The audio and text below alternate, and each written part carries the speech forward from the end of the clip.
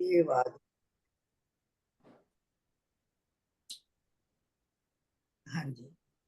अभी हम लोगों ने परमात्मा के गुणों की चर्चा की है, उसको गाया है, उसको अपने हृदय में धारण किया है।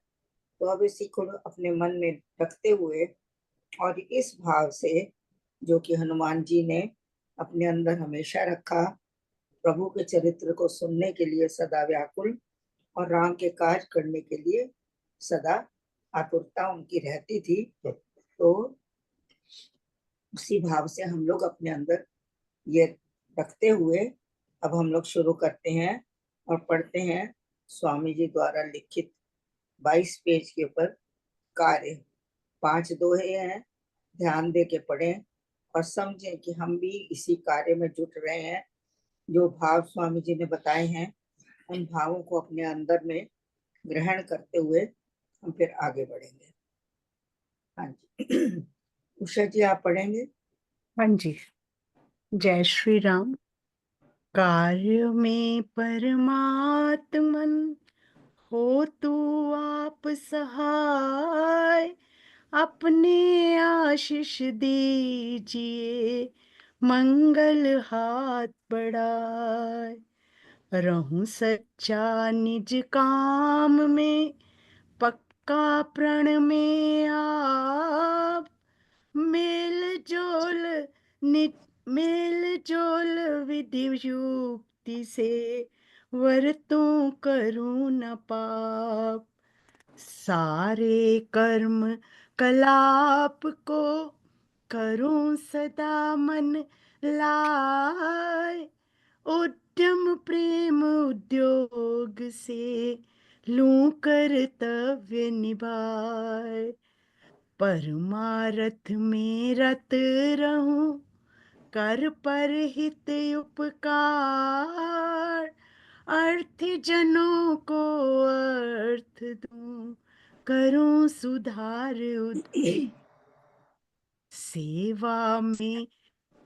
सेवा में कर सुजन की, मनु हर्ष अपार।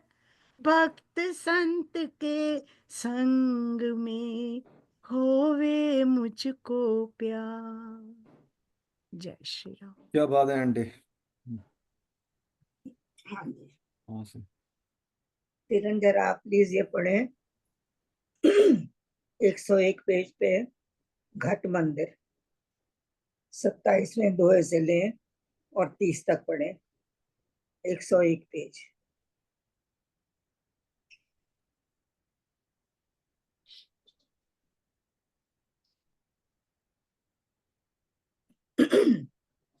आप हैं वहां पर कि नहीं? हाँ जी, हाँ जी। मैं श्री राम जी की जय बोल के पढ़ना शुरू करूं।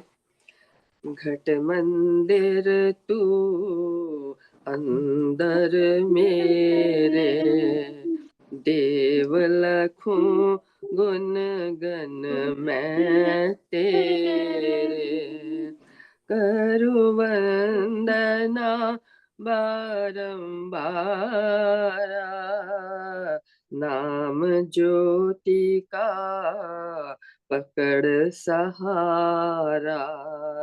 देव दयाल दीन दुख हारी, ज्योति जगे हो दया तिहारी। नाम फुरे शक्ति शुद्ध जागे, नाम ध्वनि में मम मन लागे। नारायण मम देवन देवा, दे मुझे भक्ति भक्त सुसेवा। नाम योग में निश्चय मेरा, अविचल रहे भरोसा तेरा। राम अनुग्रह कर रखवारे,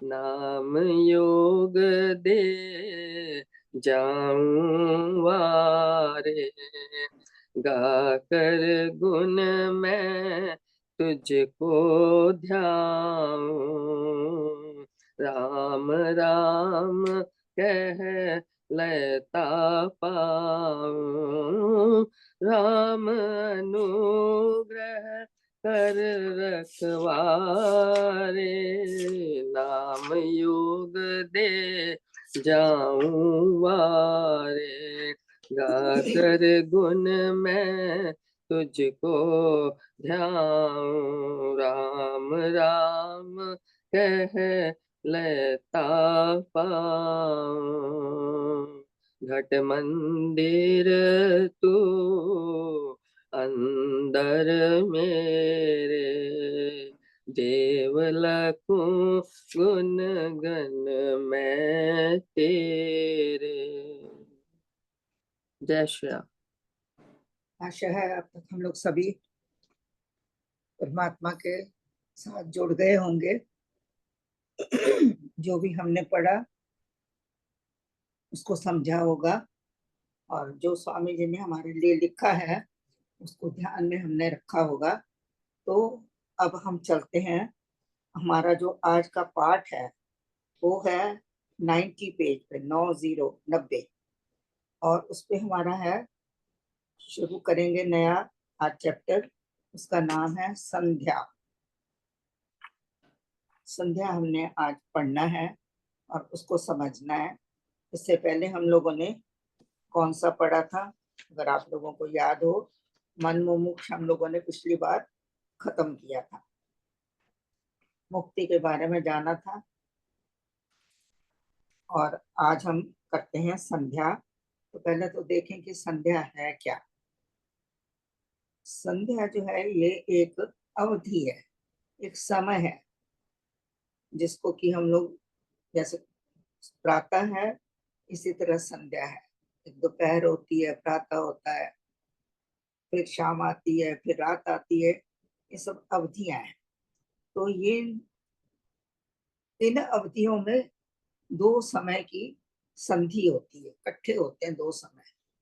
ऐसे तो हमारे इसमें 24 घंटे में कई सारी संधियों का वर्णन बताया गया है, लेकिन मुख्य जो है वो प्रातः और संध्या, इन दो को ज्यादा प्रधानता देते हुए कहा गया कि अगर इस वक्त हम परमात्मा से जुड़ना चाहते हैं तो हमारे साथ में पूरा यूनिवर्स, पूरी जो प्रकृति है वो हमारा साथ देती है और हमारा ध्यान अच्छी तरह से परमात्मा में जुड़ सकता है।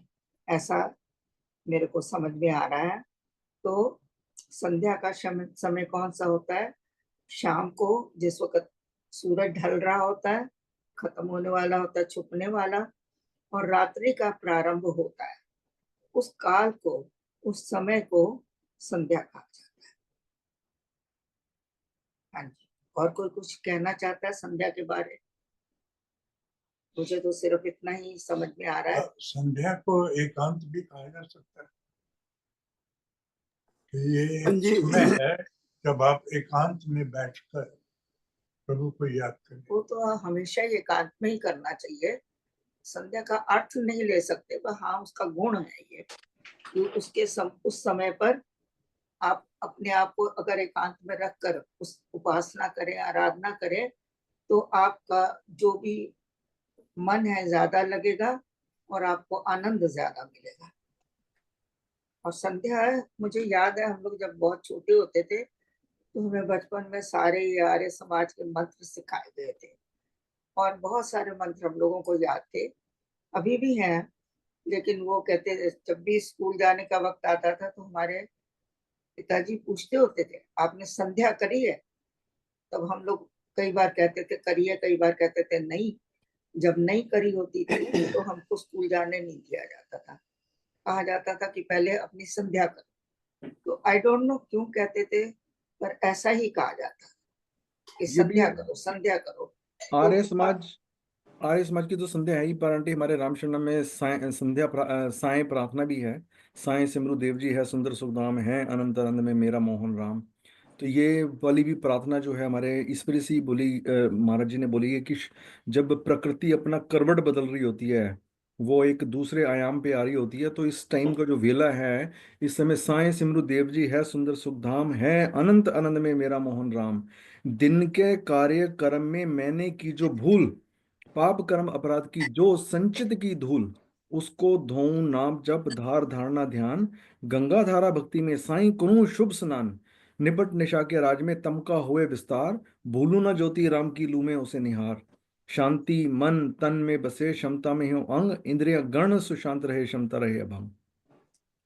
तो साईं का बहुत बड़ा महत्व बताया है, क्योंकि हम लोग पूरे दिन कार्यक्रम में जो धूल इकट्ठी कर लेते हैं, उसके अंदर अगर हम जाप करते हैं तो वो हमारी धुल जाती है। हमारी ऐसा सा हमारा धारणा है कि उसको जाप करके हम कर्म बंधों, जो कर्म हमने बांधे थे, उनको हम लोग रिमाइंड करके देखते हैं और आगे नेक्स्ट वीक या नेक्स्ट डे ना करने का संकल्प ले सकते हैं।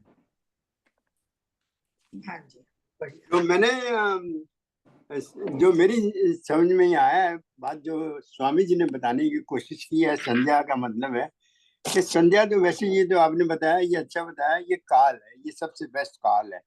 एक जो ब्रह्म मुहूर्त का है और एक जैसे ही जब सनसेट का टाइम होता है। सनराइज सनसेट दोनों बड़ी इंपॉर्टेंट बनाई है, दोनों एक प्रकृति के साथ एक मिलन होता है, एक चंद्रमा और सूर्य की जो है आपस में एक मिलन ही है समझे, क्योंकि सूरज तो कभी छुपता नहीं है, सूरज तो सिर्फ हमेशा रहता ही है, हमारी पृथ्वी घूमती है, हम उसके साथ घूमते हैं। जैसे हमने कर लिया है कि भाई सनराइज है सनसेट है। दूसरा मैं समझता हूँ कि संध्या एक मेरे ख्याल में से तो एक उपासना है, उपासना भी है, स्तुति भी है, एक प्रार्थना भी है, और दूसरा एक भगवान की महिमा गानी है। वो कौन सा अच्छा वेला है जो कि बताया, ब्रह्म मुहूर्त तो सबसे बेस्ट है।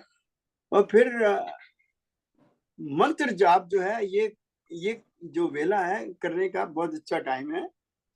और अर्चना कहो, मतलब इनको बहुत तरीके से हम कह सकते हैं कि भगवान की आराधना करनी है हमने किसी तरीके से भी, हम अपने आप को फोकस कैसे करें। जैसे हमने पीछे स्वामी जी ने लक्ष्य 84 घूमते पाकर ये संसार, उत्तम नाम अनाम का देवे मन न विसार। मतलब कहने का है कि उसको मन, उसके नाम को जो है बिसरने नहीं देना किसी तरीके से भी, चाहे जब सुबह हो या शाम को हो, दोनों तरफ हम याद करें तो हम भूल नहीं सकते सारा दिन। तो मेरा तो समझ आ रहा है कि भी संध्या का मतलब है संदेश, एक संदेश है जो कि हम परमात्मा से बात करने का, एक बातचीत करने का या उससे संपर्क बनाने का एक तरीका है कि जैसे कैसे हम संध्या करें। Thank you very much. Thank you जी, सही कहा आपने।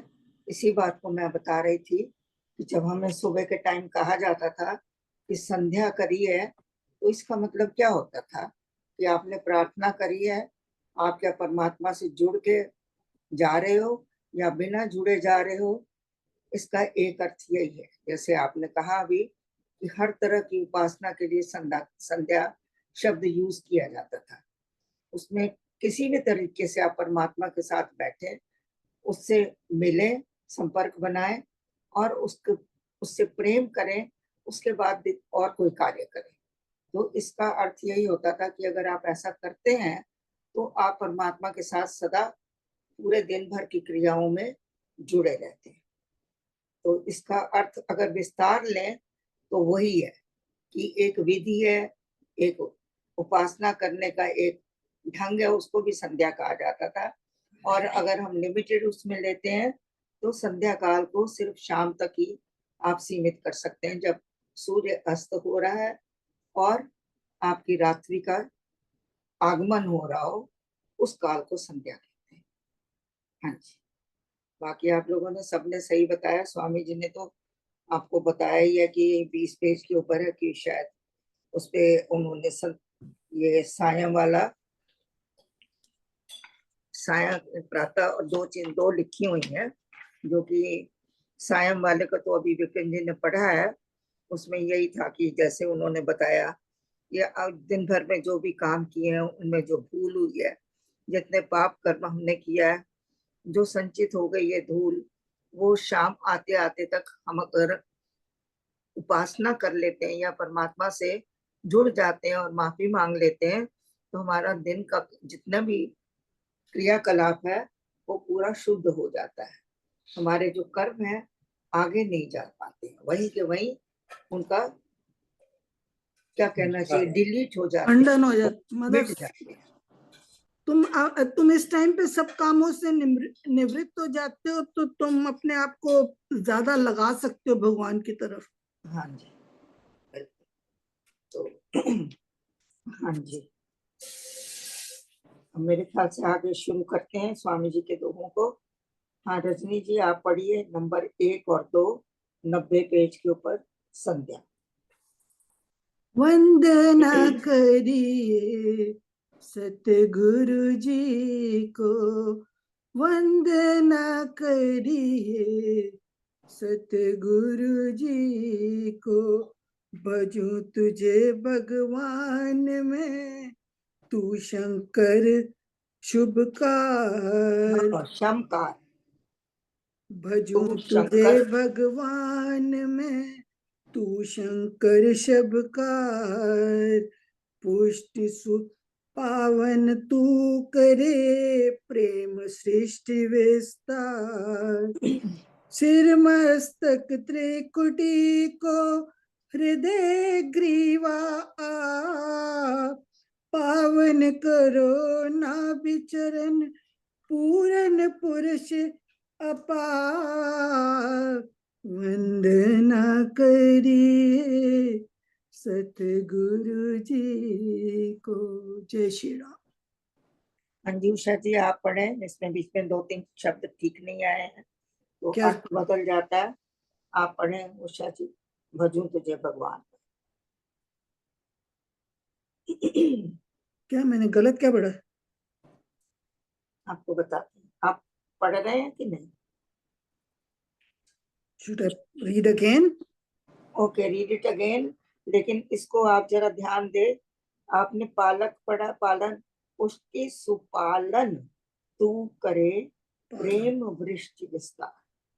या फिर से पढ़े आप दोबारा इसको। वंदना करिए सतगुरु जी को, भजूं तुझे भगवान में, तू शंकर शमकार। पुष्टि सुपालन तू करे, प्रेम वृष्टि विस्तार। सिर मस्तक त्रिकुटी को, हृदय ग्रीवा आप, पावन करो नाभि चरण, पूरन पुरुष अपार। वंदना करिए सतगुरु जी को। सॉरी रहना, ये लाइट जला दोगे? ओके, नहीं, मेरी लाइट नहीं जल रही थी, सो सॉरी अबाउट इट। भजूं तुझे भगवान मैं। और कह रहे हैं संध्या में जब हम बैठते हैं तो क्या करना चाहिए परमात्मा से जुड़ने के लिए? भजूं तुझे भगवान में, सॉरी, भजन करना चाहिए। 1 मिनट प्लीज।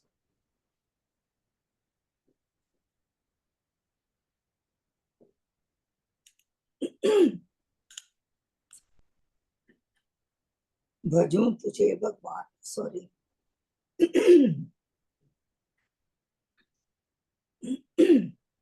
हाँ जी किरण, आप जरा पढ़ें तीसरा और चौथा। थोड़ा मैं देखती हूँ अपने गले को। आगे का पढ़ना है? हाँ जी पढ़ लें थोड़ा। अच्छा वंदना करिए सतगुरु जी को, वंदना करिए सतगुरु जी को। तू धारक है सत्य का, ज्ञान रूप सुख रूप। तू है तप का रूप भी, 3 लोक का भूप। उत्पादक तू ज्ञान का, भूमि तथा आकाश। चांद सूर्य तारा गण, तूने किए विकास, उत्पादक तू ज्ञान का भूमि तथा आकाश, चांद सूर्य तारागण तूने किए विकास। वंदना करिए सतगुरु जी को। हाँ जी। भजूं तुझे भगवान मैं, तू शंकर शमकार। यहाँ परमात्मा के गुणों का विस्तार किया गया है कि किसके साथ हमने जुड़ना है, किसकी हमने भक्ति करनी है, किसके पास बैठना है। तो उस प्रभु के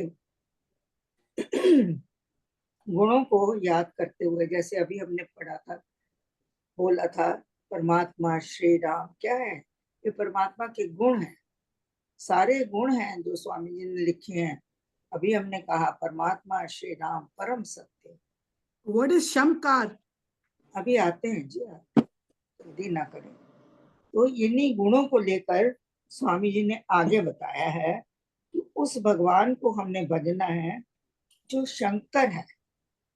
शंकर क्या है? शंकर कहते हैं डिस्ट्रॉयर, जो डिस्ट्रॉय करता है। किसको डिस्ट्रॉय करता है, किसका नाश करता है, किसका संहार करता है, वो है शमकार। तो हमारे झूठ का, हमारे पाखंड का, शम का मतलब होता है जो सत्य से बहुत दूर है। पाखंड, कपट, झूठ, ये सारे शम है, तो उनको नाश करने वाला है, इसीलिए उसको शमकार कहा है।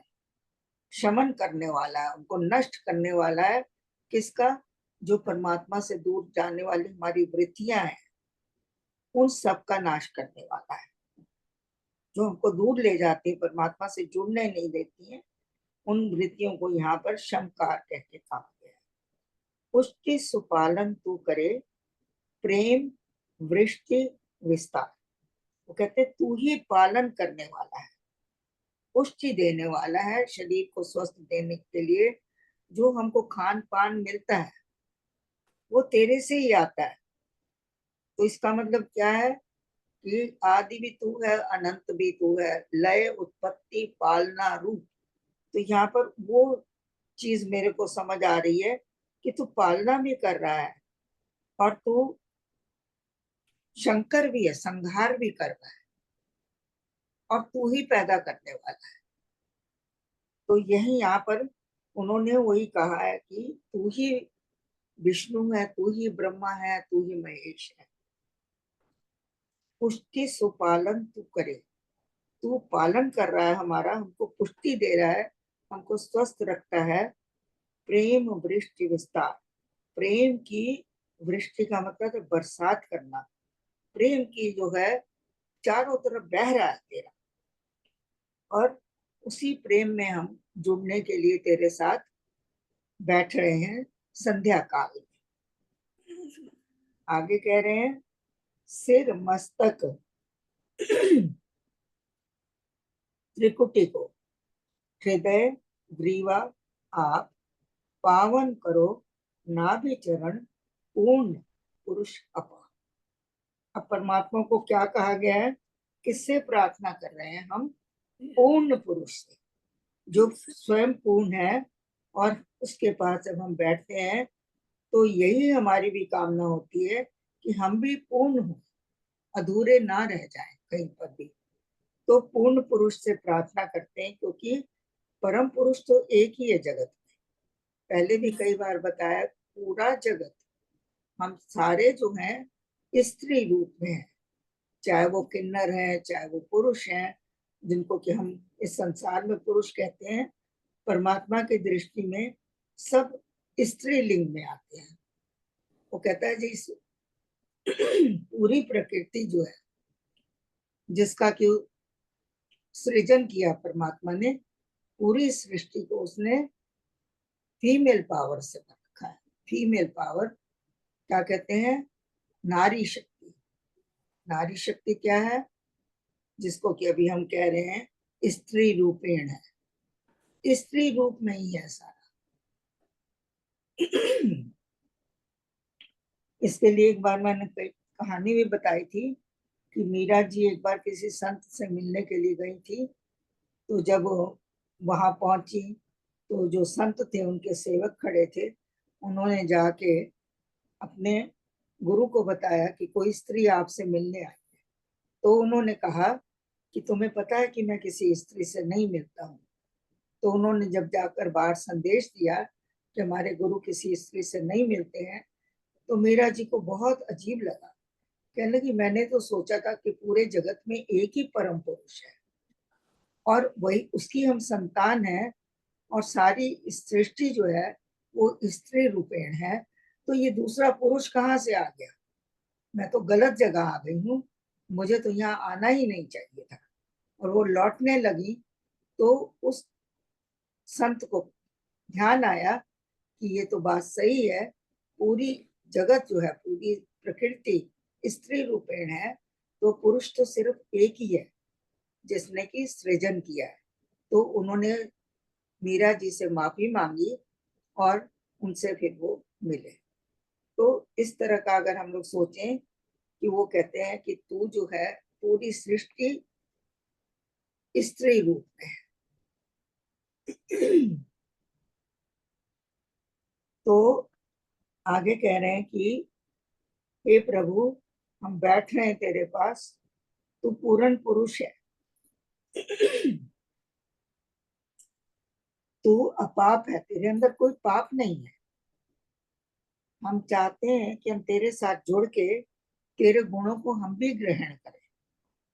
तो कहाँ से शुरू कर रहे हैं वो? देखिए, ऊपर वाली लाइन बाद में आएगी, पहले आएगी पावन करो नाभि चरण। यहाँ चक्रों को अपने ध्यान में रखकर स्वामी जी ने लिखा है कि नीचे में हमारे मूलाधार के बाद स्वादिष्ठान, फिर नाभि चक्र आता है। तो कहते हैं कि हमारे इस नाभि चक्र को, इसका भेदन करो, इसकी शुद्धि करो, और फिर उसके बाद हृदय का चक्र हमारा शुद्ध हो, हृदय हमारा प्रेम से भरा हुआ हो, दया से भरा हुआ हो, करुणा से भरा हुआ हो, ऐसे भाव हमारे हृदय के अंदर होने चाहिए।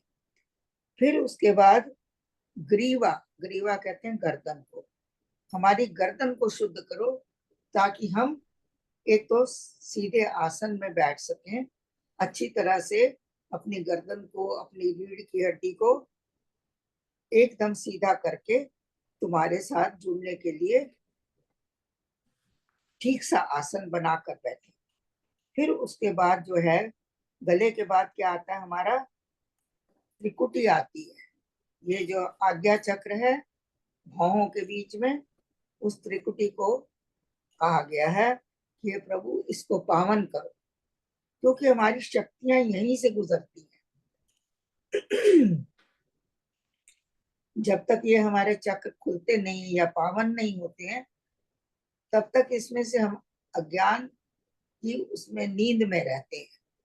अगर हमको कुछ ज्ञान पाना है तो जैसे जैसे ये शुद्ध होते हैं, वैसे वैसे 3 नाड़ियों के थ्रू, लीड़ा, पिंगला और सुषुम्ना, जिसको कि हम सूर्य नाड़ी, चंद्र नाड़ी और बीच वाली को सुषुम्ना कहते हैं, तीसरा इसको त्रिवेणी भी कहते हैं, गंगा, जमुना, सरस्वती भी कहते हैं। ये नाड़ियां हमारी मूलाधार से चलती हैं और सारे चक्रों का भेदन करती हुई ये त्रिकुटी पे आती हैं। फिर उसके बाद ये मस्तक में आती हैं, मस्तक और फिर सिर के ऊपर जो सहस्त्रार है, वहां तक हमारी जो है चेतना पहुंचती है। एनर्जी कह लीजिए, चेतना कह लीजिए, शक्ति कह लीजिए, जो भी आप कहना चाहते हैं।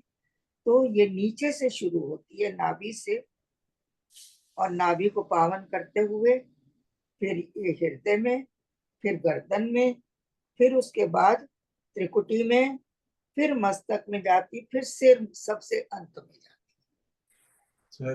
तो ये इसका क्रम है।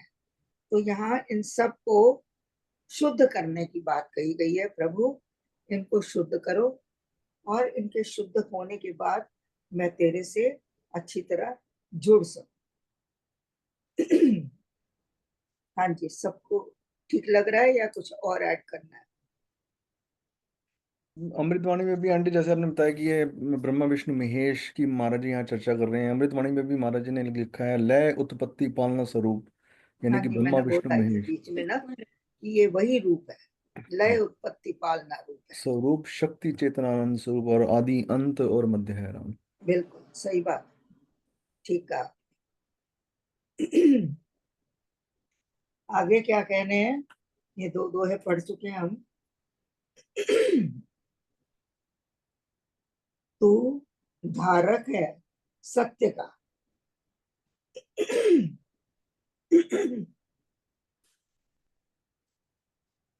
Please give me a minute.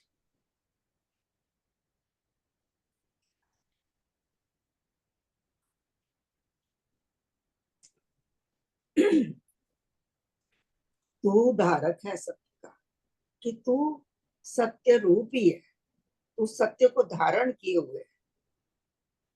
सत्य को देखिए, जब हम लोग ये पढ़ रहे प्रातः पाठ, तो सबसे पहले आता है हे श्री राम परम सत्य। तो देखिए यहाँ पर भी स्वामी जी ने वही लिखा है कि परमात्मा क्या है, सत्य है। और उसके बाद उसका सत्य को देखिए उन्होंने क्या ये भी लिखा, हमारी अमृतवाणी को भी हम साथ साथ लेके चल रहे हैं। सत्य से ही तूने सारी सृष्टि का सृजन किया है। तो इसलिए जो चीज हमारे सत्य से निकली है, जिस गुण से निकली है, वही गुण तो दूसरे में होएगा।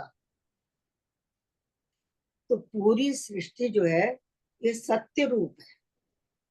और स्वामी जी ने क्या लिखा है, सत्य मूलक है रचना सारी, सर्व सत्य प्रभु राम प्रसादी।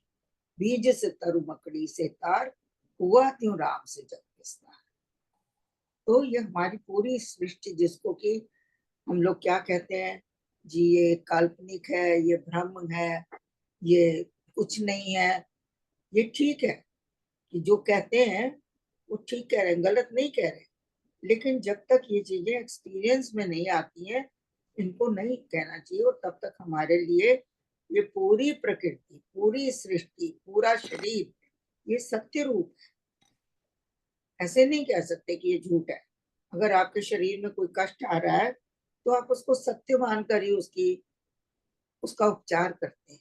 ये नहीं कहते कि अरे कोई नहीं, ये तो, ये भी जानते हैं आप कि ये बदलने वाला है, ये भी जानते हैं कि ये शरीर मरने वाला है, टिकने वाला नहीं है, लेकिन ऐसा सोच के आप उसको छोड़ नहीं देते। और ना ही हमारा धर्म कहता है कि हमको अपने कर्तव्यों को नहीं करना चाहिए। ये हमारा कर्तव्य बनता है कि उस वक्त कोई समस्या अगर आती है, चाहे वो शरीर की है, चाहे वो हमारे घर में है, चाहे कुछ भी है, उसको हमको सॉल्व करना ही करना है। ये हमारा धर्म है। तो इन्हीं चीजों को लेकर स्वामी जी ने लिखा है कि तू सत्य है और तेरी सृष्टि, तेरा सृजन, तेरी रचना सत्य मूलक है। इसके मूल में सत्य है। मूल क्या है हमारा, परमात्मा। जब परमात्मा सत्य स्वरूप है तो पूरी प्रकृति जो उससे आई है वो भी सत्य रूप है।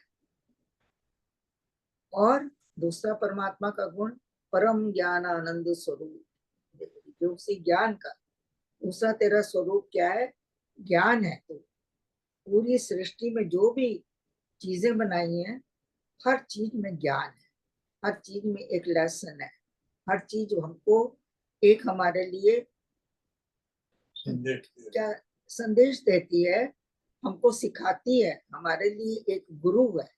प्रकृति का हर चीज, कोई चीज ऐसी नहीं जिसका कोई अर्थ नहीं है। अगर फूल है तो उसके अंदर सुगंध है, अगर और आपका पानी है तो वो चल रहा है, शीतलता है उसके अंदर। अगर आपका वृक्ष है तो वो आपको कितनी चीजें दे रहा है, एक नहीं दे रहा। कार्बन डाइऑक्साइड छोड़ता है, आपको फल देता है, आपको प्रकृति में सुंदर वातावरण देता है। तो ये सारी चीजें क्या है, ये ज्ञान रूप है। क्योंकि परमात्मा ज्ञान रूप है तो उसने पूरी सृष्टि ज्ञान रूप बनी। हमको हर चीज से सीख सकते हैं। इसी ज्ञान से सुख की भी प्राप्ति होती है। और ज्ञान क्या है, ज्ञान सुख रूप है। क्योंकि जब हमको ज्ञान मिलता है तो हमें सुख देता है, आनंद देता है। ज्ञान से ही आपको मुक्ति मिलती है। जब तक किस और ज्ञान हमको आता कहाँ से? कर्मों से आता है। जब हम कोई कर्म करते हैं तो उसका जो एंड रिजल्ट है वो ज्ञान होता है। अगर हमने खाना खाया तो ज्ञान क्या आया? कि हमारा पेट भर गया, हमको पता लगा कि हमारा पेट भर गया। पानी पिया है तो पता लगा कि हमारी प्यास बुझ गई है, तो ये आपको ज्ञान मिला। अगर आप नहीं पानी पीते तो आपको पता नहीं लगता कि मेरा पेट भर गया, मुझे तृप्ति हो गई है। खाना खाने के बाद ये हर चीज में ज्ञान है। कोई कर्म आप करें, आप सोते हैं, आप उठते हैं, आप कहते हो मैं तरोताजा हो गया है, मैं अब बिल्कुल कुछ भी काम करा लो मेरे से, मैं कर सकता हूँ। तो ये ज्ञान रूप है, पूरी सृष्टि ज्ञान रूप है। जैसे महाराज जी के ज्ञान से, जो हमें ज्ञान उन्होंने दिया, उससे हमें पता चला कि हम शरीर नहीं है, हम आत्मा है। बिल्कुल, हर चीज में ज्ञान है जी। हर कोई चीज। दुनिया की ऐसी चीज नहीं है हाँ, जिसमें परमात्मा ने अपना ज्ञान ना डाला। पहले तो उसकी सृष्टि की रचना को देखें कि कितना ज्ञान है उसके अंदर। उसने इतनी लाखों लाखों करोड़ों चीजों का सृजन किया। इसी ज्ञान के लिए मानव देह में ही ये वाला ज्ञान जो हमारा रहता है कि हम तत्व ज्ञान ले सकते हैं, इसी के लिए देवता भी जो है वो मांगते हैं। इस ज्ञान रूपी जो हमें हमें जो समझ आती है, ये तो ये बिल्कुल। शरीर देखिए, का भी ये हमें ज्ञान देता है कि हम शरीर नहीं है। देखिए कितने शरीर बना, आह, कोई एक दूसरे से मिलता नहीं, सबके अंग अलग अलग हैं। पानी में रहने वाले जीव अलग हैं, उड़ने वाले अलग हैं, पृथ्वी वाले अलग हैं। तो ये सब उसने सृष्टि कैसे बनाई? ज्ञान से। बिना ज्ञान के आप कोई कर्म नहीं कर पाते हैं। फिर ज्ञान आपको कर्म भी कराता है और ज्ञान आपसे, कर्म आपको ज्ञान भी देता है। दोनों तरफ से ये चलता है। वो कह रहे हैं कि तू धारक है सत्य का, ज्ञान रूप, सुख रूप। तू ज्ञानी है प्रभु, ज्ञान से भरा हुआ भंडार है तू ज्ञान का, और वही ज्ञान हमें पाकर सुख मिलता है। वो कह रहे तू है तप का रूप भी।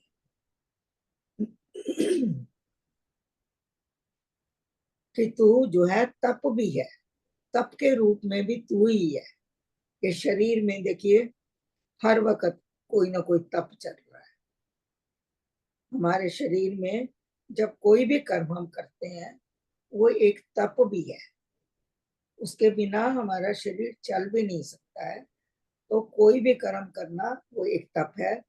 सृष्टि में अपने घर में रहना ये भी एक बड़ा तप है गृहस्थी के लिए। ठीक हो जा भाई, कुछ बोल रहे। कहते हैं कि तप जो है, अब देखिए गृहस्थी में कितनी कितनी परिस्थितियां आती हैं। उन परिस्थितियों को जब हम सॉल्व करते हैं, उनके लिए प्रयत्न करते हैं, तो बहुत बड़ा तप है। जब हमको कई परिस्थितियों में सहन करना पड़ता है, सहन करना बहुत बड़ा तप है। और ये कहा गया है कि जिसको सहन करना आ गया और जिसने इस तप को कर लिया, उसको जीवन में और कुछ कहने करने को रह नहीं जाता। लेकिन हमारे अंदर तप की बहुत कमी है, इसकी सहन शक्ति की बहुत ज्यादा कमी है। हम लोग किसी की बात को नहीं सहन कर पाते, परिस्थितियां आती हैं तो डावाडोल हो जाते हैं, आत्महत्याएं तक कर लेते हैं। तो ये सारा, ये हम तप से दूर हो जाते हैं।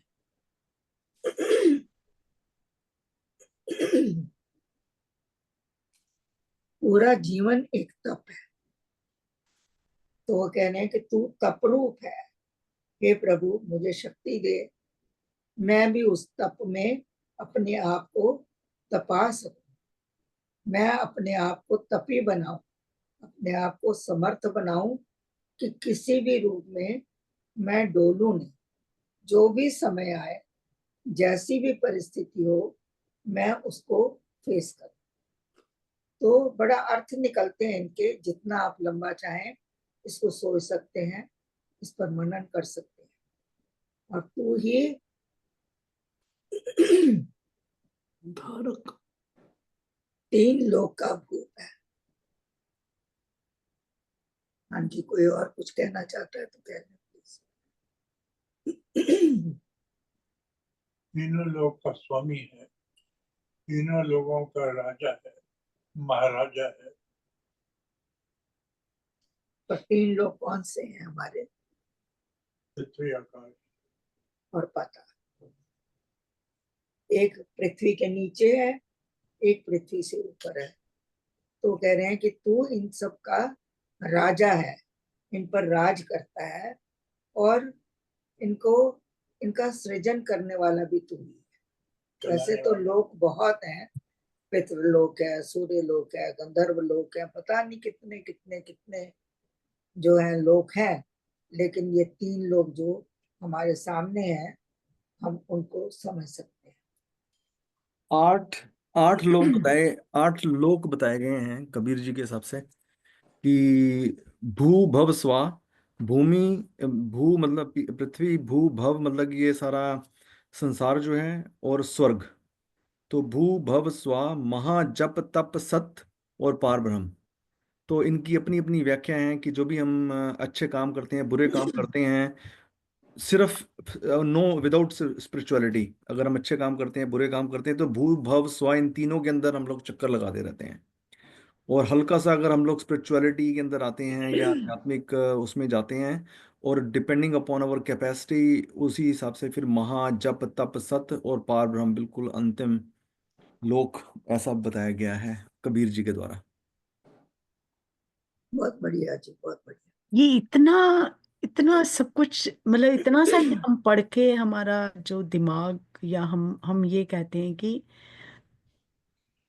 उसका उसका वाकई हम पहले सुनते थे, उसका पार नहीं पाया जाता।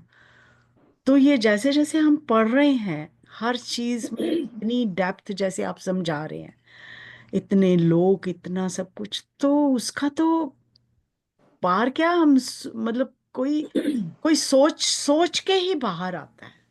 सोच सोच ही नहीं सकता बंदा क्या क्या वो है, क्या करता है, क्या कहाँ उसकी कोई लिमिट में है ही नहीं है, जहाँ हम तो तभी तो कहीं। उसको पार ब्रह्म परमात्मा कहते हो। और आंटी वो हमारे कृतज्ञता में यही, तभी महाराज जी ने एक ही चीज में सम कर दिया इसको कृतज्ञता में, कि धन्यवाद उस सुजन का, करूं आदर सम्मान, जिसने आत्मबोध का दिया मुझे शुभ ज्ञान। सही उसके बात। गुण उपकार का पास कोई नहीं पार, रोम रोम कृतज्ञ है, करे सुधन्य पुकार। क्योंकि सुन्न हो जाता है, दिमाग सुन्न हो जाता है जब हम उसकी ये सारी चीजों को हम सुनते हैं, पढ़ते हैं, कि तेरा क्या क्या बोलने, मुंह बंद हो जाता है। और कुछ भी, सिर्फ सिर्फ वही है कि बस तू ही तू है, सब जगह तू है, तू ही तू है। देखिए, हम लोग कभी इतना ध्यान देते भी नहीं है। अभी हम इतना पढ़ रहे हैं, थोड़ी देर बाद हम किताब बंद करेंगे, सब भूल जाएंगे। तभी कह रही हूँ कि ये जो सत्संग है जी, ये सत्संग बड़ी कृपा है, बड़ी उनकी कृपा है महाराज की, बहुत कृपा। हम लोग जो है, सॉरी, मैं क्या करूँ, आज तो मेरे गला एकदम खराब।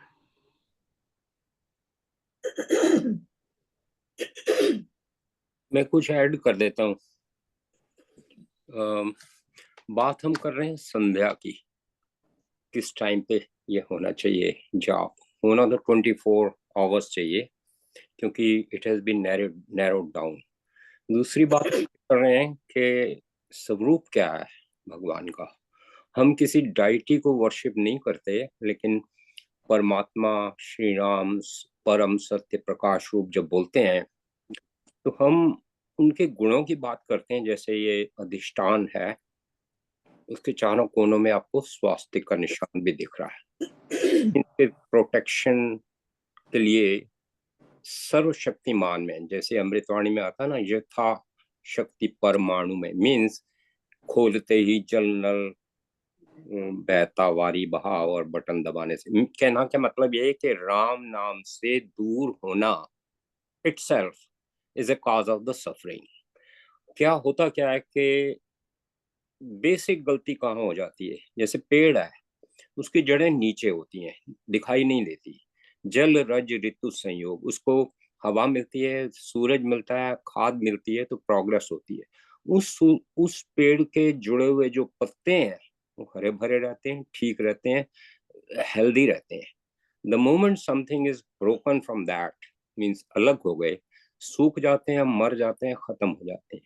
इसी तरीके से जब हम इस सर्वशक्तिमान को पहचानना बंद कर देते हैं, दूर होते चले जाते हैं, तो अपने विनाश की तरफ आ जाते हैं। सूनर और लेटर सफरिंग किसी ना किसी फॉर्म में होती ही होती है। मैं ये बिल्कुल नहीं कह रहा हूं कि जो राम नाम के प्रेमी हैं उनको तकलीफें नहीं आती, पक्की पक्की आती हैं, वैसे ही आती हैं जैसे और किसी को आती है। लेकिन इतनी स्ट्रेंथ मिल जाती है कि आपको कोई प्रोटेक्टर है, किसी शरण शांति आश्रय है एक। और किसकी शरण में आप जाओगे, नेताओं की या किसी और की? आप शरण पैसे की ले लोगे। बेसिक गलती स्टार्ट से ये होती है कि जैसे हम कहते हैं ना, बचपन अच्छा था, ये ऐसे था वैसे था, अब तकलीफ। बचपन में वी आर फुल्ली सिक्योर्ड, हर हिसाब से, घर बाहर पैसे, कोई पद कुछ नहीं होता था पर खुश होते थे। लेकिन जैसे जैसे हम बड़े होते हैं तो हमारी शिक्षा, हमारी प्रणाली सिर्फ बाहर की बातें करती है। कोई फिजिक्स पढ़ता है, कोई भूगोल पढ़ता है, लेकिन राम नाम की बात कौन करता है? अमृतवाणी कौन पढ़ता है? भक्ति प्रकाश कौन पढ़ता है? मेडिटेशन कौन पढ़ता है? ये एक क्वेश्चन मार्क है, मोस्टली नहीं करते। लेकिन जैसे जैसे जैसे जैसे हम आगे बढ़ते हैं तो हम डेथ की तरफ भी आ रहे होते हैं, पास होना चाहिए ये कि बिल्कुल वैसी ही एंजॉयमेंट लाइफ में होनी चाहिए। जब हम फाइनल डेस्टिनेशन पे पहुंचे, खुशी खुशी इस दुनिया से जाएं। लेकिन होता उल्टा है, जाते वक्त हम कुछ और, क्योंकि पेड़ से तो आप टूट चुके हो। सो मेरा शॉर्ट बात करने का मकसद यह है कि ये राम नाम का जो जाप है ना, इसको कोई ऑर्डिनरी ऐसे ही समझ के चलो आज पढ़ लें, कल नहीं हो फिर किताब बंद कर दें, छोड़ दें, इससे बात नहीं बनने वाली। इसको राम नाम को मन में बसाना, सुपथ राम कृपा का है पाना, means when you are attached fully unconditionally without asking for anything, you are very much protected. और आपको पीस ऑफ माइंड भी मिलती है, शांति हर हिसाब से आपको मिलती है, और इसके अलावा आपका कोई दूसरा विकल्प है भी नहीं। अदरवाइज सवाल जवाब, किताब पढ़ना, ये तो बहुत है, ये सब तो विचार ही तो है। शब्दों से ऊपर, विचारों से ऊपर, विकल्पों से ऊपर सबसे बेस्ट है जाप। और जाप मीन्स छलांग, छलांग लगानी। Thank you. मैं सोचती हूँ जब तक आप विचार करोगे नहीं तो उस तरफ लगोगे भी नहीं। विचार तो करने ही पड़ेंगे ना। मैं दूसरे विचारों की बात कर रहा हूँ कि आप किताबें तो पढ़ते रहो पर जाप ना करो। ये ज्ञान का एक रास्ता है, पगडंडी तो है इस तरफ जाने की, जरूर है, लेकिन खाली किताबें तो आपने कई पढ़ ली। आज ये भी हुआ है, कल गुरुद्वारे भी हुआ है, परसों कुंभ का स्नान भी कराए हो, ये सारे तो कर रहे हो, लेकिन जाप नहीं कर रहे। मैं सोचता हूँ इफेक्टिव नहीं हुए। निधि ध्यासन बहुत जरूरी है। हाँ जी, आगे चल रहे हैं। यप। उत्पादक तू ज्ञान का भूमि तथा आकाश के तूने ही पैदा किए हैं। भूमि हो या आकाश हो, ये भी तेरे ज्ञान से ही उत्पन्न है। इनका उत्पादक तू ही है और तेरे से ही ये चांद, सूर्य, तारे, तारों का समूह, गण का मतलब होता है एक अकेला नहीं, बहुत सारे, ये तूने ही पैदा किए हैं। तेरे से ही इनका विकास हुआ है और पूरे जगत का जो ज्ञाता है, ज्ञान रूप से तूने इसका विकास किया है।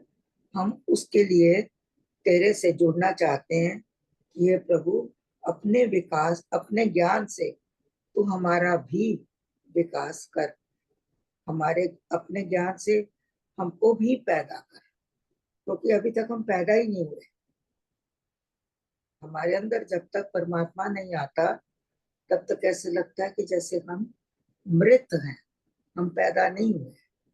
जब गुरु मिलता है, ज्ञान मिलता है, परमात्मा के स्वरूप का पता लगता है, तभी असली हमारा जन्म होता है।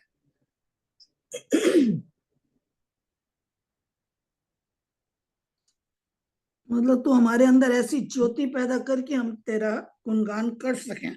बिल्कुल। तो ये परमात्मा के गुणों को याद करके अपने आप को उसके साथ जोड़ने के ये सारे तरीके हैं। और देखिए, जितना चिंतन करते हैं, जितना मनन करते हैं, उतना उतना ज्ञान हमारे अंदर परमात्मा देता है। अगर हम इसको पढ़ें और एकदम से बंद कर दें और सोचें कि ठीक है, जो उसने लिखा था उस वक्त पढ़ लिया, तो उसके बाद फिर ये ज्ञान हमारा विकास नहीं करता है। अंदर उपजता तो है, लेकिन वो उपज के दब जाता है। उसके विकास के लिए हमको अधूरा रह जाता है। हाँ, साधन करने पड़ते हैं। तो यही सब तरीके हैं उससे जुड़ने के, कि आप उसके गुणों को याद करें, हर वक्त उसके गुण अपने आप को भी याद कराते रहे कि प्रभु ने हमें क्यों भेजा है। एक पर्पस है हमारे जीवन का, और हम शरीर नहीं है, इससे हटते रहें। इसको हटने के लिए अपने आप को याद कराते रहें। जब भी ध्यान में बैठे, अपने आप को देखते रहें, बोलते रहें, कहते रहें, क्योंकि याद कराना है अभी आपको। अभी तो हम भूले ही हुए हैं कि हम आत्मा है, हम शरीर नहीं है। हम खाना खा रहे हैं, प्रभु शरीर खा रहा है। मैं तो निर्लेप हूँ, आत्मा नहीं खाती है। आत्मा को कोई दोष नहीं लगता है। ये दोष जो होते हैं वो शरीर में होते हैं। अगर दिन भर में हम 10 बार, 5 बार, 4 बार याद करते हैं शुरू में, और दूसरे दिन उसको इसी तरह से रूटीन बनाते हैं, अभ्यास बन जाएगा, तो हमारी जो ग्रंथि है टूटने लगती है। ग्रंथि अविद्या टूटे भारी, राम लीला की खिले फुलवारी। तब ये ग्रंथि क्या है? हम शरीर को और आत्मा को गांठ लगा के बैठे हैं, अलग नहीं कर रहे हैं, जबकि दोनों अलग हैं। शरीर अलग है, आत्मा अलग है। तो जैसे ही ये ग्रंथि टूटेगी, खत्म होएगी ये गांठ, ग्रंथि का मतलब गांठ, जैसे ये गांठ ढीली होती जाएगी, खुलती जाएगी, परमात्मा के स्वरूप का हमको भान होना शुरू हो जाएगा। हम अपनी आत्मा में स्थित होने शुरू हो जाएंगे। फिर आप अपने आप को याद नहीं कराओगे, ऑटोमेटिक आपके अंदर ये चीज भर जाएगी कि मैं शरीर नहीं, मैं एक आत्मा हूँ, मैं दृष्टा हूँ, मैं साक्षी हूँ। अपने आप आत्मा बोलती है, क्योंकि चेतन शक्ति बढ़ती है। तो हम लोग आपस में डिस्कस करते हैं, परिवार में भी, बच्चों के साथ भी, कि आत्मशक्ति को कैसे जगाया जाए। तो यही मैं कहती हूँ कि करके देखो। अपने आप को जब भी बैठो, अपने आप को एक लेसन देते रहो। मैं बैठ रही हूँ, ये शरीर की क्रिया है। मैं खा रही हूँ, ये शरीर की क्रिया है। मैं नहीं, मैं नहीं, मैं इनसे अलग हूँ। अपने आप को याद कराते कराते आत्मा में स्थित होने की एक स्थिति बनती जाती है। ये नहीं कहती एक दिन में बन जाएगी, लेकिन अभ्यास जरूरी है। जैसे हमने जाप का अभ्यास किया, अब जाप कई बार अपने आप होता रहता है। इसी तरह जब हम इस तरह अपने मन को, अपनी आत्मा को एक दिशा दे देते हैं, तो वो आत्मा भी टिकने लग जाती है एक जगह। कर्म तो सारे करते रहेंगे शरीर से, लेकिन आत्मा अलग रहेगी, चेतना अलग रहेगी। ऐसा मैं सोचती हूँ। हाँ जी, आपने किसी ने कुछ कहना है? हाँ जी, ये आप जो कह रहे हो कि ये इसी को ये अभ्यास, जो अभ्यास हम करते हैं, जो हमारा अभ्यास शरीर के बारे में हुआ है कि हम शरीर हैं, क्योंकि हमें पता ही नहीं था इस चीज़ का। तो अब हमें जैसे जैसे जैसे जैसे हम जुड़ रहे हैं, महाराज जी से जुड़े, सब कुछ हुआ, जैसे जैसे उनका पढ़ रहे हैं, तो इसी तरह वही अभ्यास हमें अब ऑपोजिट करना है कि हम वो नहीं हैं। तो लेकिन वो वही जैसे करना पड़ेगा, करना है, वो अभ्यास ही हमें जो है आगे लेके जाएगा। और जैसे अभी हमने पढ़ा, जब ये खत्म हो जाएगा फिर उसका मनन हम चलते फिरते करते रहे मनन के। हाँ, ये मैं कह रही हूँ कि ये, लेकिन जब फिर हम भूल जाते हैं तो मैं कह भी इस रही हूँ, अपने आप को रिमाइंड करवा रही हूँ कि नहीं, ये करना है, मुझे करना है। तो लिविंग कि रियलिटी। शुरू में तो भूलना हाँ ही है, क्योंकि आपको याद ही कभी कभी आएगा। जब याद आए तब हाँ तो कहो, आज 2 बार कहेंगे, 2 बार याद आया, कल 4 आएगा, फिर 6 आएगा। हाँ ऐसे करते करते पता लगता रहेगा, एक दिन हाँ हमको अपने आप अनुभव होएगा कि हम हाँ शरीर नहीं है हाँ, और वो अलग बिल्कुल। ये हो गया। अभ्यास बहुत बहुत अच्छा अभ्यास है ये। आत्मा प्रकाशित होती है इससे, क्योंकि ज्ञान बढ़ता है, फिर उसकी चेतना की विकास होता है, उससे फिर हमको बहुत मदद मिलती है। मैं आपको बताऊं, मैंने कोशिश करी, पहले कुछ दिन पहले भी शुरू किया था, फिर भूल गया, बीच में रुक गया, फिर ध्यान आया, फिर शुरू कर लिया। अब कुछ दिनों से ऐसे अभ्यास करती हूँ कि नहीं, जब भी कुछ करने लगो, नहीं, मेरा ये तो शरीर है, शरीर अलग है, मैं अलग हूँ, मैं तो नहीं करती। तो ऐसे अभ्यास ही करना है। मैं आपको सिर्फ प्रेरणा के लिए बता रही हूँ, ये नहीं कि मैं कर रही हूँ, ऐसा नहीं मेरा कहने का विचार है। ऐसा कहना नहीं चाहिए और कहती भी नहीं हूँ, लेकिन सिर्फ एक प्रेरणा के लिए कि हम सभी स्टार्ट कर सकते हैं। एक वो और अभ्यास के बिना तुम्हें परफेक्शन भी नहीं मिलती ना। शंकराचार्य जी का एक वो है, कहते हैं अप्रोक्ष अनुभूति, डायरेक्ट नॉलेज, यानी कि everything is appearing in me the consciousness. हम एक स्क्रीन है जिसके ऊपर चित्र आ रहे हैं, अच्छे चित्र हैं, कुछ मतलब कि कोई फिल्म चल रही है जिसमें रोना भी हो रहा है, जिसमें हंसना भी हो रहा है, जिसमें हर प्रकार की चीजें, पर स्क्रीन एज इज है। तो वही everything is appearing in me the consciousness वाली अनुभूति जो है, और वो हमारे को अगर लिविंग रियलिटी बन जाए हमारी, तो यस, हम स्वामी सत्यानंद जी महाराज जी ने जैसे जैसे बताया उनकी प्रक्रिया को और उस प्रोसेस को फॉलो करके चलते रहें, तो हो सकता है वो हमारी भी लिविंग रियलिटी बन सकती है। दोबारा से बताना जरा प्लीज। शंकराचार्य जी कहते हैं कि अप्रोक्ष अनुभूति के अंदर उन्होंने बोला है कि अप्रोक्ष मतलब? अप्रोक्ष मतलब एक तो होता है परोक्ष, जैसे ढका हुआ। एक होता है अप्रोक्ष, मतलब कि जो ढका नहीं होता, हम कहते हैं ना अधिष्ठान को प्रोक्ष में कर दो, तो ढक आ दो। एक होता है एक डायरेक्ट, एक होता है एक इनडायरेक्ट। इनडायरेक्ट, मतलब कि डायरेक्ट मतलब, अच्छा। डायरेक्ट इनडायरेक्ट मतलब अप्रोक्ष मतलब ये कि मैं आपको बता दूं कि स्विट्जरलैंड बहुत अच्छा है, आपके हाँ, सिर्फ अनुभव में नहीं आया है, पर आपने सुना है और आपको अच्छा लगा, ये आपको इनडायरेक्ट बना नॉलेज के है। देखना, ये ठीक है। समझ गई। पर आपको परोक्ष नॉलेज, अप्रोक्ष अनुभूति तभी होगी जब आप स्विट्जरलैंड में चली जाओगी और देख लोगी वहां पर उस जगह को। हाँ तो everything is appearing in me the consciousness. जितने भी दिन के कर्म कलाप में मैंने की जो भूल, जो भी हमारे दिन के कार्यकलाप होते हैं, वो एक मूवी की तरह एक स्क्रीन के पटल पे, हृदय पटल पे वो चल रही है मूवी आपकी एक। हाँ और वो जैसे हम लोग स्वाइप करते हैं ना टीवी, हम लोग जैसे अपने आईफोन के ऊपर या पिक्चर को स्वाइप करते हैं, हाँ एक स्वाइप उंगली से दूसरा स्वाइप, तो या मगर स्क्रीन तो एज इज है। या तो वही लिविंग रियलिटी अगर बन जाए, हम्म या वही है ना, करते वही कि हम कुछ ना शरीर कर रहा है ये, तो हमने, हाँ वो सेम, राइट। कहीं। ठीक है, थैंक यू। यह वही चीजें हैं, अपने मन को हम कई तरह से समझा सकते हैं, क्योंकि इसी को अवेयरनेस कहते हैं कि जितनी जितनी अवेयरनेस का विकास होता है, उतना उतना हमको ज्ञान मिलता है। और ये राम राम जो हम जपते हैं, किस लिए? इसका मेन कारण तो यही कि हमको ज्ञान मिले।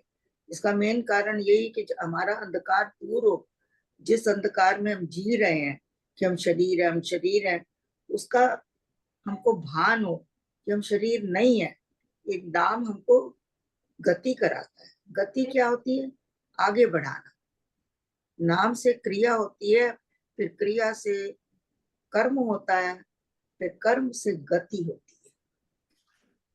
कोई भी चीज अगर आपके दिमाग में आती है, फिर उसका आप क्रिया करते हो। उसमें विचार आया, फिर आपने क्रिया करी, जो विचार आया उसको किया, उसको क्रिया करने का को क्या कहते हैं, कर्म कहते हैं।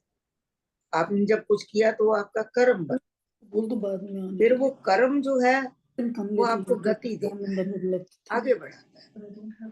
तो ये प्रकरण चलता रहता है। Time not at this time. लेकिन आपने तो सारा कुछ रजनी महाराज जी प्लीज अपना अपना माइक माइक बंद करके रजनी बात महाराज जी करें, अपना माइक प्लीज म्यूट कर लो।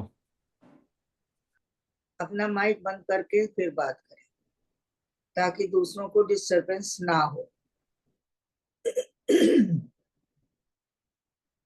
तो यही है अपने आप को याद कराने का, और परमात्मा के गुणों को याद करने का मतलब क्या है, क्यों हम उसको याद करें उसको गुणों से, क्योंकि जो गुण परमात्मा तेरे में है हम अपने अंदर वो गुण लाना चाहते हैं। जिसके पास जो है वो वही देगा आपको। तो इसीलिए इन चीजों को ध्यान में रखते हुए, इनको याद करते हुए जब हम बैठते हैं संध्या काल में प्रार्थना करते हैं, तो यही हमारे लिए जो बीज बना हुआ है वो वृक्ष बनने की तैयारी हो जाती है। ये सब लोगों का मिला जुला प्रोग्राम है। आप कोई भी कभी भी अपना माइक अनम्यूट करके कोई भी कमेंट्स आप करना चाहो या कोई क्वेश्चन करना चाहो तो please feel free to unmute your mic any time और आस्क योर क्वेश्चन, और आपको कोई एक्सपीरियंस है, कोई anything that you like to share, so please by all means you can any time unmute your mic. लेकिन इसका मतलब ये नहीं है कि आप जो पीछे बातें कर रहे हैं और आपका माइक ऑन है उसके लिए नहीं कहा जा रहा। ये सिर्फ आप इसके अंदर पार्टिसिपेट कर सकते हैं, अपना माइक खोल के अपनी शेयर कर सकते हैं अपने एक्सपीरियंसेस, हमें बहुत अच्छा लगेगा। और उसके फौरन बाद माइक बंद कर दें। हाँ जी, ये भजन का इनविटेशन नहीं है। सॉरी मुझे नहीं समझ आया क्या बोला। मैंने तो ये कहा कि ये भजनों के लिए इनविटेशन नहीं है। या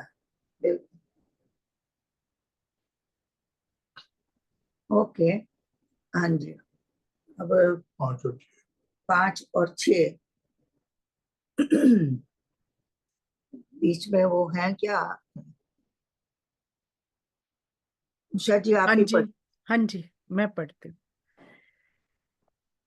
तू करता सभी लोक का क्रम परम अनुसार, जन का पालन तू करे, तू सुदान भंडार।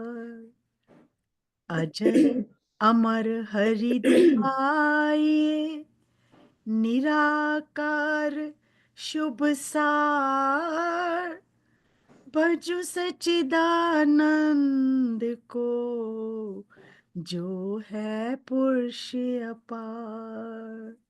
भजु सच्चिदानंद को, जो है पुरुष अपार।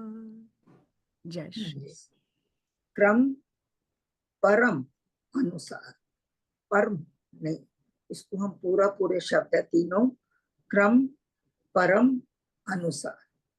सच्चिदानंद में डबल च है, सच्चिदानंद, डबल च होने को डबल उस पे स्ट्रेस देना है। हाँ जी, भजो सच्चिदानंद, सच्चिदानंद को, जो है पुरुष अपार। बिल्कुल, हाँ जी। तू करता सभी लोक का परम, क्रम परम अनुसार। क्रम परम तीनों शब्द पूरे परम, पर नहीं कर सकते इसको। तो क्रम के अनुसार परमात्मा तूने सभी लोगों का विस्तार किया है, सभी का सृजन भी तूने क्रम के हिसाब से किया है। अब मुझे तो नहीं पता क्रम क्या है, लेकिन स्वामी जी ने लिखा है तो जरूर कोई क्रम होएगा इसका, जो कि हमें तो नहीं पता। इतना पता है उसने लोगों को बनाया है, लोगों का सृजन किया है, सब लोग उसी से ही आए हैं। अब क्रम जो है वो हमें नहीं, परमात्मा ही जाने।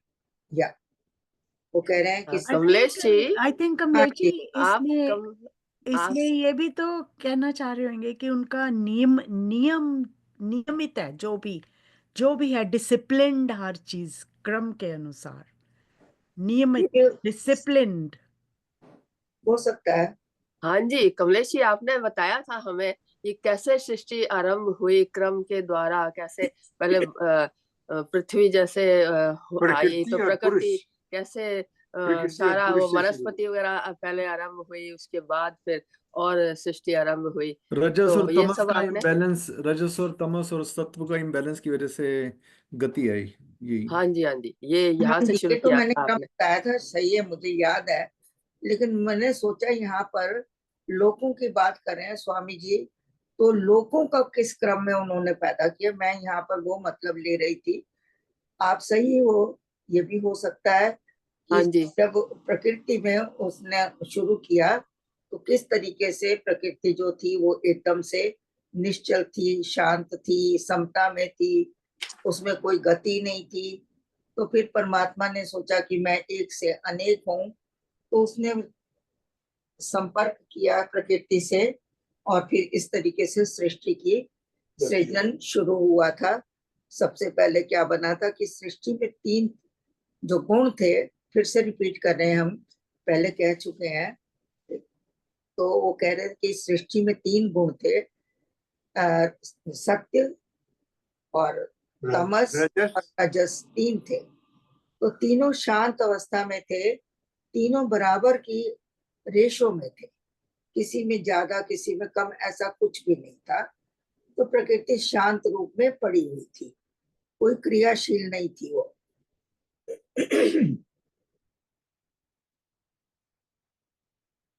कहते हैं जैसे ही परमात्मा से उसका संपर्क हुआ, परमात्मा ने अपनी शक्ति उसमें डाली और उसी वक्त प्रकृति के जो गुण थे उसमें परिवर्तन आ गया। आज तो मेरे को ज्यादा ही तकलीफ करती इसने, जो भी मैं शांत होती हूँ कुछ नहीं होता, लेकिन जैसे ही बोलने लगो तो पता नहीं गला इरिटेट हो जाता है मेरा। तो वो कहने लगे कि भाई प्रकृति के तीनों गुणों में परिवर्तन हो गया, कहीं पर रजस ज्यादा हो गया, कहीं तमस ज्यादा हो गया, कहीं सत्व ज्यादा हो गया। तो इससे सृष्टि की रचना हुई। फिर सत्वगुण से जो है वो हमारी बुद्धि का विकास हुआ, महत हुआ। फिर रजस से जो बुद्धि के साथ ही अहंकार आ गया, ये दोनों एक साथ आए, बुद्धि भी और अहंकार भी। फिर उसके बाद हमारी इंद्रियों का विकास हुआ, वो रजस से हुआ। और फिर तमस से जो है, ये जो है तन मात्राएं आई, जितनी भी तन मात्रा है वो तमस से पैदा हुई थी। तो ये क्रम था। तो अगर उस क्रम की बात हो रही है तो यहाँ ये ठीक है, लेकिन अगर लोगों की बात हो रही है तो मुझे नहीं मालूम कि लोग किस क्रम में आए इस जगत में। तो मेरे ख्याल से हमको प्रकृति को ही लेके चलना पड़ेगा, उसका क्रम थोड़ा सा हमें पता है। वो कह रहे हैं जन का पालन तू करे, तू ही इस जगत का पालन कर रहा है, और एक एक मनुष्य का, एक एक जन का, एक एक जीव का पालन तेरे से ही हो रहा है। और तू सुदान भंडार, सुदान का मतलब देने वाला तू भंडार है, सब कुछ तेरे से ही आ रहा है, तेरे से ही हमें मिल रहा है।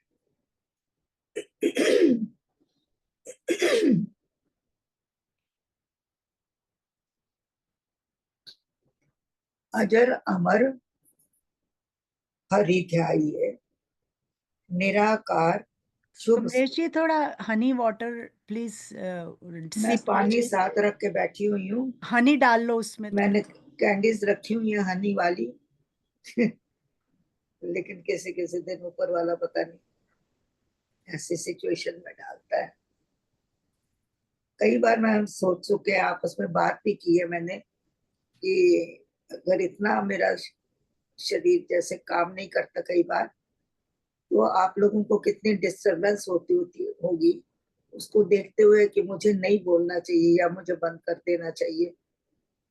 तो अभी तक तो किसी ने ऐसा कहा नहीं मुझे बंद करने को, पर मैंने अपना विचार रखा हुआ है नहीं, सबके पर ये हमारे लिए बहुत कृपा है महाराज जी की, जो आपके द्वारा हमें इतना उत्साहन और इतना जो ज्ञान और आई इतना डोंट नो सत्संग मिल रहा है। ये राम की कृपा बात हमारे ऊपर कृपा है। नहीं तो आप कभी ऐसा नहीं मेरी सोचिए? मेरे ऊपर कृपा होए अगर ही मैं कर सकूं तो, क्योंकि मैं चाहती हूँ, क्योंकि जब मैं जुड़ती हूँ मुझे भी तो कुछ मिलता है ना, मैं भी तो कुछ पाती हूँ। तो राम की कृपा अपार होती है मेरे ऊपर। उसी भाव से मैं आप सबके सम्मुख भी आती हूँ कि मुझे यहाँ से कुछ मिलेगा, मैं कुछ लेके जाऊंगी। हम आपको सुनते हैं तो हमको प्रेरणा मिलती है आपके सुनने से, चाहे जैसे भी हो। कोई हमारे लिए कोई जरा भी खराब बात नहीं है, हमें कोई डिस्टर्बेंस नहीं होती, बिल्कुल भी नहीं होती। अगर होती है तो इस लाइक ना होने के बराबर है हमारे लिए। कोशिश करती हूँ, कई बार ठीक भी हो जाती, लेकिन आज जरा नहीं भाई, कई बार ठीक हो जाए। आपके ऊपर बहुत बड़ी कृपा है, गुरु जी की भी है, भगवान जी की भी है। तो आप इसको कंटिन्यू रखें प्लीज। और बड़ा अच्छा काम चल रहा है हमारे से, हमारा आपके द्वारा। धन्यवाद जी, धन्यवाद। आप मुझे प्रेरणा देते हो, मैं उसके लिए आप सबकी कृतज्ञ हूँ। अजर अमर हरिध्यायी। देखिए यहाँ परमात्मा के सिर्फ गुणों के वर्णन के अलावा कुछ भी नहीं है कि तू करता है, तू उत्पादक है, तू सुख रूप है, तू ज्ञान रूप है, तू तप है, तू सब लोगों का स्वामी है। ये सारे गुण ही है परमात्मा के। और उसके गुणों को गाते गाते भी हम बड़े कृतार्थ होते हैं। बहुत हमारे अंदर हमारी चेतना को बल मिलता है, शक्ति मिलती है, जागती है। जैसे कहते हैं ना, परमात्मा की लीला का वर्णन करो तो कितना सुख मिलता है। उसी तरह हमारे लिए परमात्मा के गुणों का वर्णन करना बहुत बड़ी बात है। उनको पढ़ना, उनको सुनना, उनको कहना। जब जब हमारी वाणी से ये शब्द निकलते हैं, समझने की सोचिए हमारी वाणी कितनी पवित्र होती है।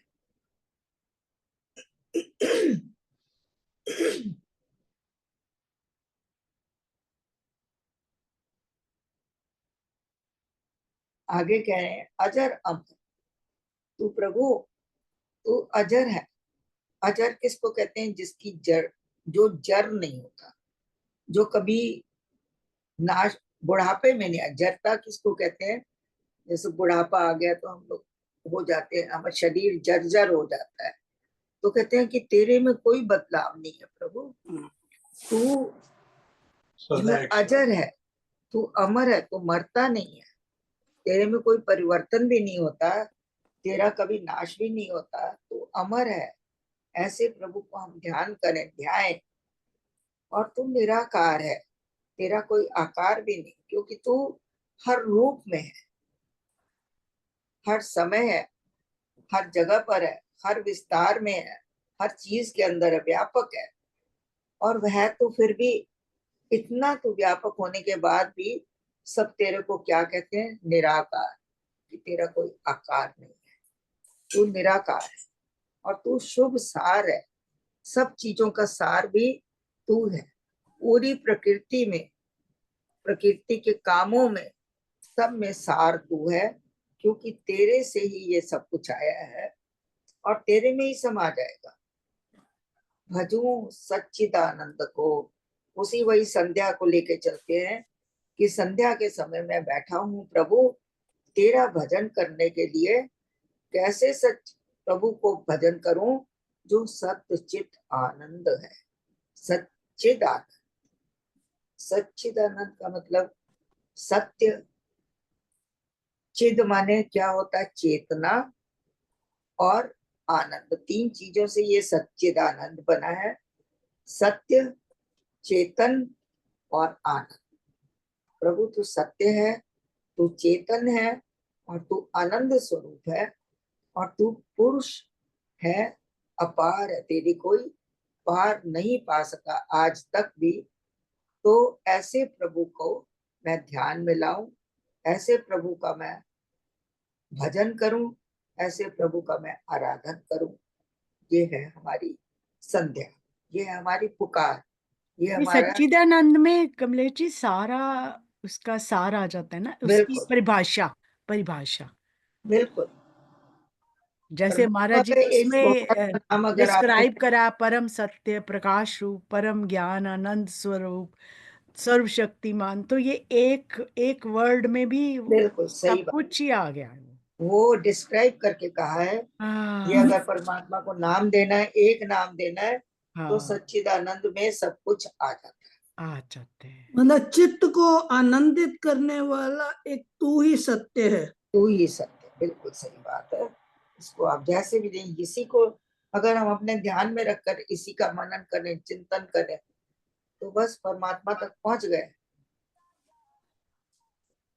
जी, समय है। अरोड़ा अंकल की लैंग्वेज में existence consciousness bliss, right Arora uncle? साहब आप आज आप हो तो मेरे ख्याल में आज एक रोशनी चल रही है लगता है मुझे।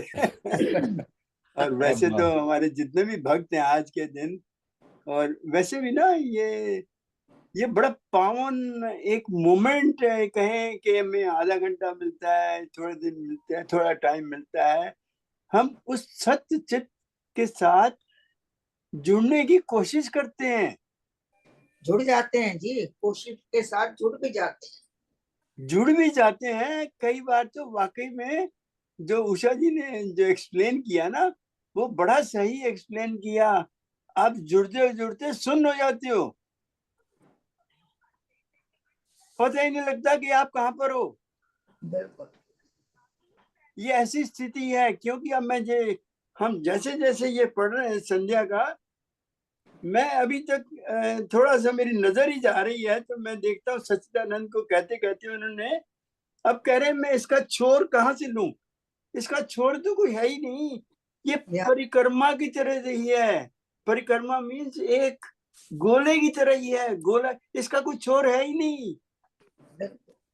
सारा ही सारा, पूरा का पूरा ही एक सच्चिदानंद है, पूरा परमात्मा, क्या पूरी प्रकृति, पूरा ब्रह्मांड एक तरफ से एक ही उसमें जुड़े हुए हैं, कुछ अलग कर ही नहीं सकते उसके अंदर से। देखिए आज जीव और आत्मा एक दूसरे के साथ मिले हुए हैं।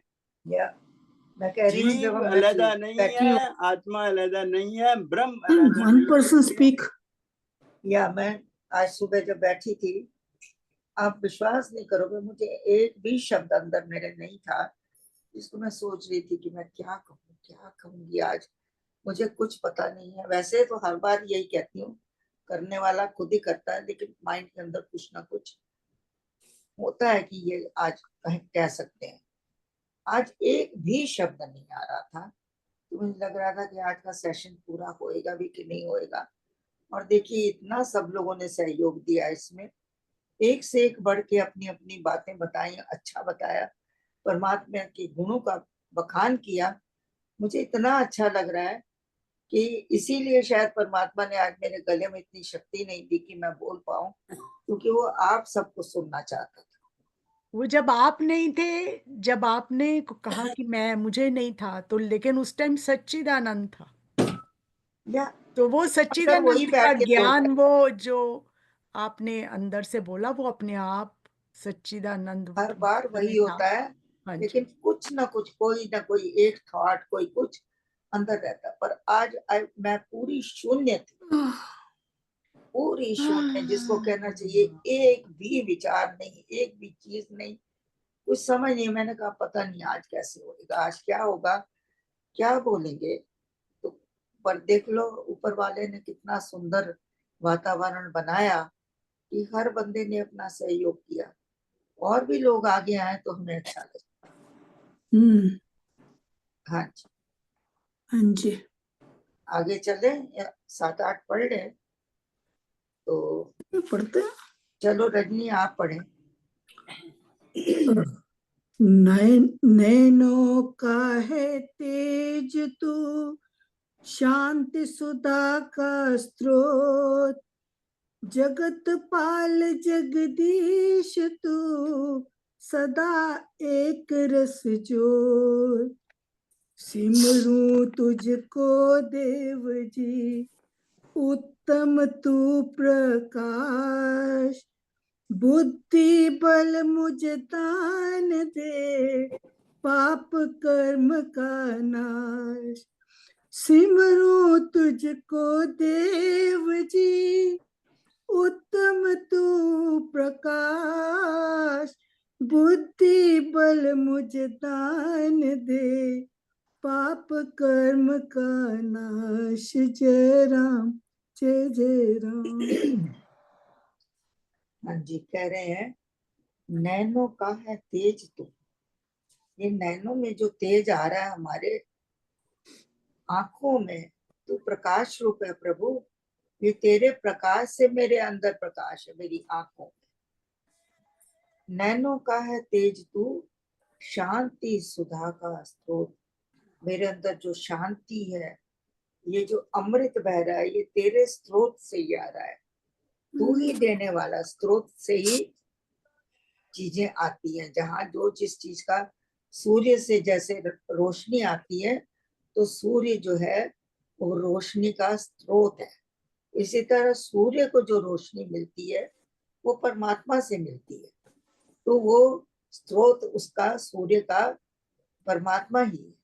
तो हर चीज का कोई ना कोई स्रोत होता है जहां से कि वो निकल के आती है।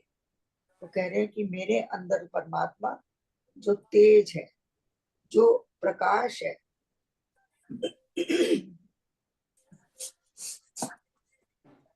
और जो शांति है, वो उसका स्रोत तू ही है। तेरे अलावा ये कोई देने वाला और है नहीं। तू जगत पाल जगदीश, तू पूरे जगत का पालन करने वाला है। तू जगत का ईश है, परमात्मा है। सदा एक रस ज्योत, तू सदा एक रस है, समता में रहता है और एक रस में रहता है। तेरे में कभी उतराव चढ़ाव नहीं है। एक ही रस में तू है। शांति में है तो शांति में, प्रेम में है तो प्रेम में, पूरा 100%। तो इसको कहते हैं एक रस होना। जहाँ उतराव चढ़ाव होता है वहां समता नहीं होती है। तो एक रस में समता का भाव है कि परमात्मा सदा सम है, सबके लिए है और हर जगह है। ये नहीं है कि किसी के लिए उसके मन के अंदर ज्यादा प्रेम है, किसी के लिए कम है, किसी को ज्यादा देता है, किसी को कम देता है। नहीं, वो हमारे अपने कर्मों का हिसाब किताब होता है। लेकिन देने वाला जो है वो कभी भेदभाव नहीं करता। तो सदा एक रस है और तो ज्योति स्वरूप है। ज्योति स्वरूप, प्रकाश। कहते हैं परमात्मा को कई जगह कहा है, हे प्रभु तू ज्योति स्वरूप है। तो वो ज्योत का मतलब यहाँ वही है कि तू प्रकाशवान है। सारा प्रकाश जगत में, शरीर में जो भी आ रहा है, इन सबका स्रोत तू ही है।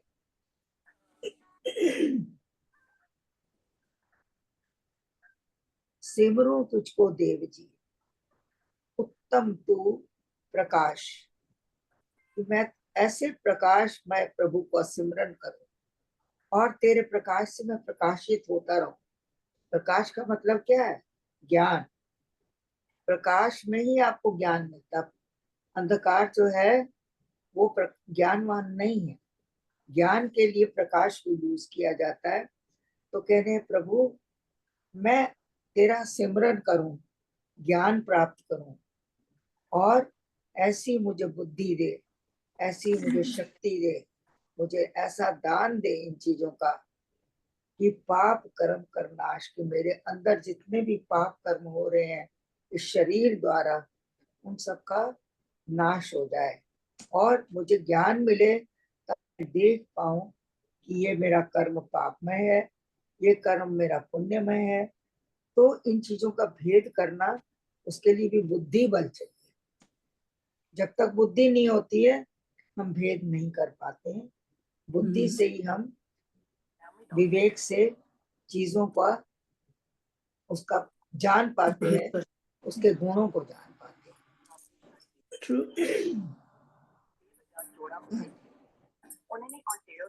ऐसा ही है। तो यहाँ पर मांगा गया है परमात्मा से बल मांगा गया है, सिमरन मांगा गया है और प्रकाश मांगा गया है। अंधकार को दूर करने के लिए याचना मांगी गई है, याचना की जा रही है और ज्ञान मांगा जा रहा है, ताकि हम तेरे को याद करके अपने कर्मों को, अपने पापमय कर्मों का नाश कर सकें। ऐसा कह के अभी इस वक्त यहाँ आज तो विराम करते हैं। आगे आप लोग देखें। ये जरा एक बार फिर से बताना क्या क्या मांगा गया भगवान से। सिमरन मांगा है, सिमरूं तुझको देव जी। प्रकाश मांगा है, ज्ञान मांगा है, प्रकाश में ज्ञान आ जाता है।